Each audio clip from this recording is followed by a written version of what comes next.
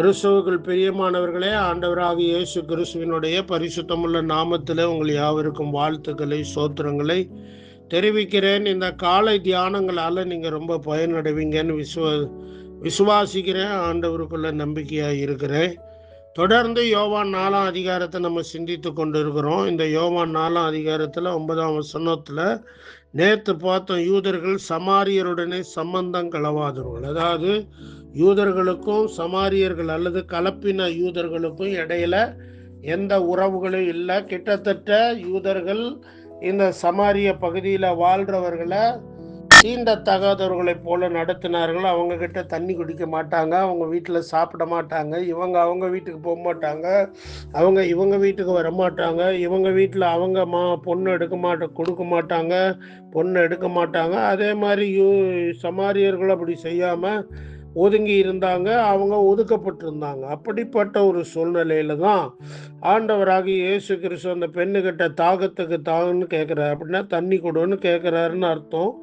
அப்படி கேட்கும்போது அந்த பொண்ணு, நீங்கள் தான் யூதனாச்சே, என்கிட்ட எப்படி கேட்கலான்னு அவளே அந்த உரையாடலுக்கு ஒரு ஒரு ஒரு உத்வேகத்தை கொடுக்கறத நம்ம பார்க்குறோம். அப்புறம் இயேசு அவட்ட பேசுகிறாரு, நீ தேவனுடைய ஈவையும் தாகத்துக்கு தா என்று உன்னிடத்தில் கேட்கிறவர் இன்னார் என்பதையும் அறிந்திருந்தாயானால் நீயே அவரிடத்தில் கேட்டிருப்பாய், அவர் உனக்கு ஜீவ தண்ணீரை கொடுத்திருப்பார் என்றார். பிரியமானவர்களே, ஆண்டவராகிய இயேசு கிறிஸ்து அந்த உரையாடலை நேரடியாக ஒரு முக்கியமான இடத்துக்கு கொண்டு வந்துடுறாரு. என்ன சொல்றாரு?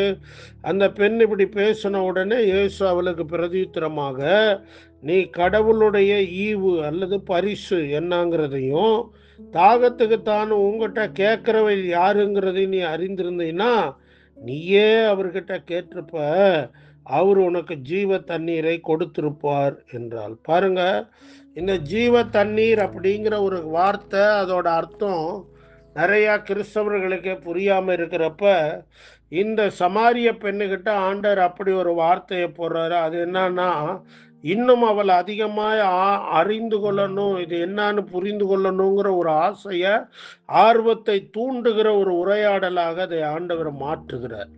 அப்போ கடவுளுடைய ஈவு அப்படின்னு சொல்லும்போது அது எல்லாருக்கும் பொதுவானது.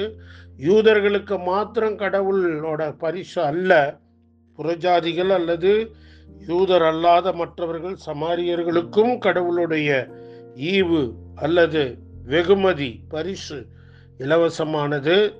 அடுத்தது, தாகத்துக்குத்தான் உங்ககிட்ட கேட்கிறவர் யாருன்னு நீ தெரிஞ்சிருந்தா, அவர் ஜீவ தண்ணீரை கொடுக்கிறவர்னு உனக்கு தெரியல, ஆனால் நீ அறிந்து கேட்டிருந்தீங்கன்னா உனக்கு அவர் ஜீவ தண்ணீரை கொடுத்துருப்பார். அப்பயும் ஆண்டவர் இயேசு என்ன சொல்றாரு? நான் உனக்கு கொடுக்குறேன் தான் வாங்கிக்கணும்னு சொல்லலை, நீ கேட்டால் உனக்கு கிடைக்கும்னு தான் சொல்றாரு. அப்போ நம்முடைய ஆண்டவர் ஆதியில இருந்து அவர் ஒரு ஜென்டில் காட். அப்படின்னா என்ன அர்த்தம்னா, எதையும் யார் மீதும் திணிக்காத, வற்புறுத்தாத, கட்டாயப்படுத்தாத ஒரு தேவன். அதை தான் நம்ம பார்க்குறோம். கடவுள் மனிதனை படைத்த போதே அவனுக்கு தீர்மானிக்கும் ஆற்றல், முடிவெடுக்கிற சக்தியை ஆண்டவர் கொடுத்து விட்டார். அந்த முடிவெடுக்கிற ஆற்றலை அவன் பெற்றுக்கொண்டதுனால தான் அவன் நிறையா நேரம் கடவுளுக்கு விரோதமாக பாவம் செய்கிறான்.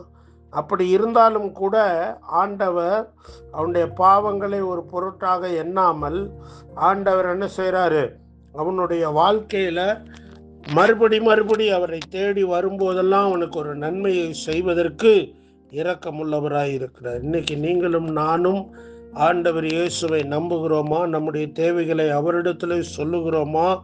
ஒரு கால் இதை கேட்கிற நீங்கள் இன்னும் ஜீவ தண்ணீர் ஆகிய தேவன் அருளுகிற அந்த பாவ மன்னிப்பை, மன சமாதானத்தை, நித்திய வாழ்வின் பேரின்பத்தை பெறாமல் இருந்தால் இன்றைய ஆண்டவரை நம்புங்க, கூப்பிடுங்க. ஆண்டவர் இயேசுவே, எனக்கு நீர் வேணும்னு சொல்லுங்க. அப்பொழுது அவர் ஜீவ தண்ணீர் என்கிற அந்த மெய்யான சமாதானத்தை, வாழ்க்கையின் அர்த்தத்தை, எல்லாத்துக்கும் மேல முடிவில்லாத வாழ்க்கை நம்பிக்கையை உங்களுக்கு கொடுப்பார். தேவன் தாமே உங்களை ஆசீர்வதிப்பாராக.